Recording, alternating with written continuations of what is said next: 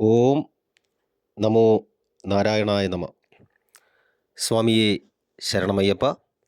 നമസ്കാരം എല്ലാ പ്രിയപ്പെട്ട പ്രേക്ഷകർക്കും തൃപ്പാദമഠം യൂട്യൂബ് ചാനലിലേക്ക് ഹാർദവമായ സ്വാഗതം. ഇന്ന് പറയുന്ന വിഷയം ഈ വരുന്ന മാസങ്ങളിൽ, അതായത് ഒരു മാർച്ച് മാസം മുതൽ ശനി സർപ്പയോഗം സംഭവിക്കുകയാണ്. അതിൽ പ്രധാനമായിട്ടും കന്നി രാശിയിൽ വരുന്ന 3 നക്ഷത്രക്കാരായിരിക്കും ഇതിനകത്ത് കൂടുതലായിട്ട് ശ്രദ്ധിക്കേണ്ട സമയമെന്ന് പറയുന്നത്. മാർച്ച് മുതൽ മെയ് വരെ ആയിരിക്കും. 2025 മാർച്ച് മുതൽ 2025 മെയ് വരെയാണ് ശനി സർപ്പയോഗം സംഭവിക്കുന്നത്. ഇവിടെ വിഷയത്തിലേക്ക് കടക്കുന്നതിന് മുന്നേ ആദ്യമായി ചാനൽ കാണുന്നവർ ചാനലൊന്ന് സബ്സ്ക്രൈബ് ചെയ്യുക. തൊട്ടടുത്തുള്ള ബെൽ ബട്ടൺ ആളെന്നുള്ളത് തിരഞ്ഞെടുക്കുക. കൂടാതെ വീഡിയോ കാണുന്നവർ വീഡിയോ സ്കിപ്പ് ചെയ്യാതെ മുഴുവനായിട്ടും കാണുവാൻ ശ്രമിക്കുക. എന്നാൽ മാത്രമേ നിങ്ങൾക്ക് കാര്യങ്ങളുടെ ഗൗരവം മനസ്സിലാവത്തുള്ളൂ.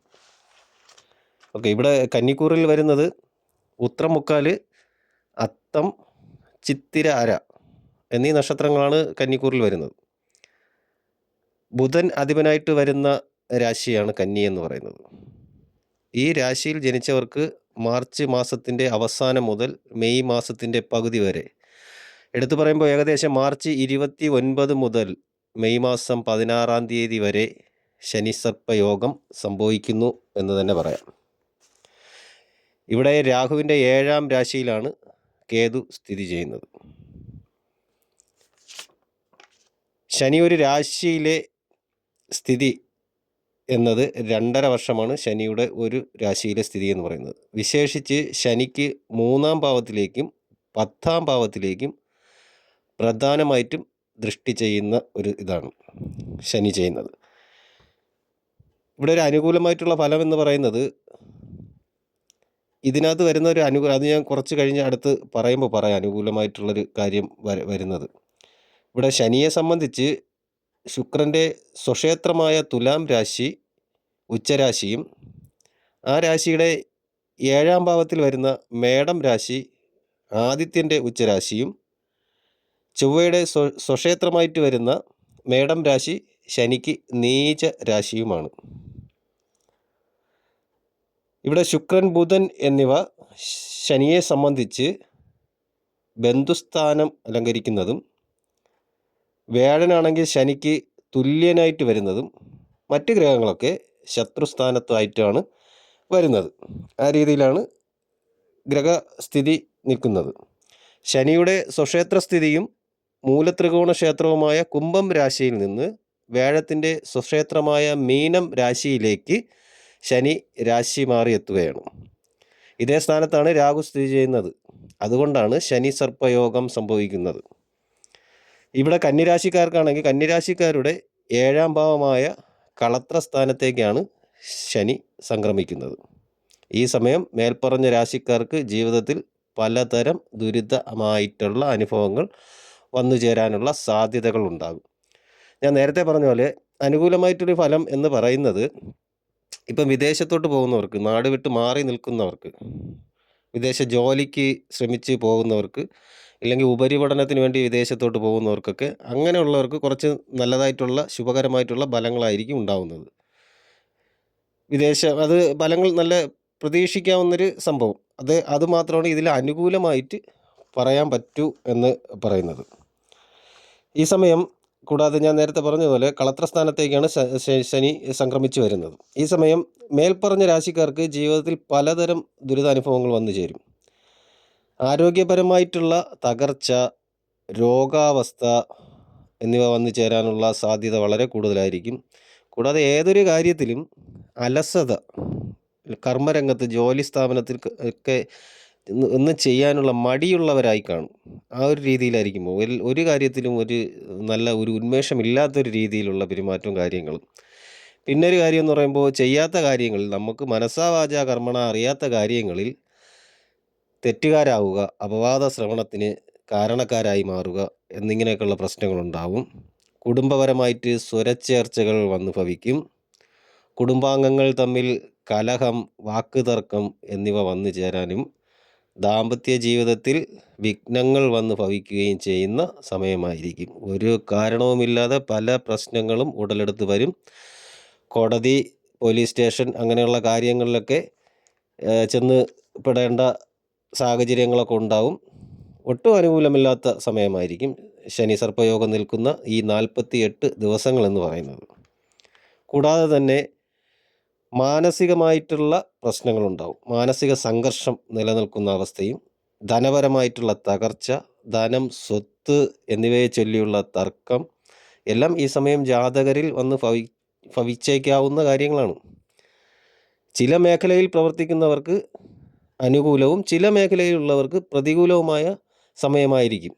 അതിപ്പോൾ ഏതൊക്കെയെന്നൊക്കെ എടുത്തു പറയുമ്പോൾ ഈ ഇലക്ട്രിക് പരമായിട്ടുള്ള കാര്യങ്ങൾ, ഇലക്ട്രോണിക്സ് ഗ്രാഫിക്സ് കാര്യങ്ങളും IT മേഖലയായിട്ടൊക്കെ ബന്ധപ്പെട്ട് വരുന്ന അങ്ങനെയുള്ളൊരു മേഖല, മെഡിക്കൽ ഫീൽഡിലൊക്കെ നിൽക്കുന്ന കാര്യങ്ങൾ, ആ ഫീൽഡുമായിട്ടൊക്കെ ബന്ധപ്പെട്ട് എൻജിനീയറിങ്ങും അഗ്രികൾച്ചറൽ തുടങ്ങിയ മേഖലയിലൊക്കെ ഉള്ളവർക്കൊക്കെ കുറച്ച് ഇല്ലാത്ത അനുകൂലമായിട്ടുള്ളൊരു കാലമായിരിക്കും.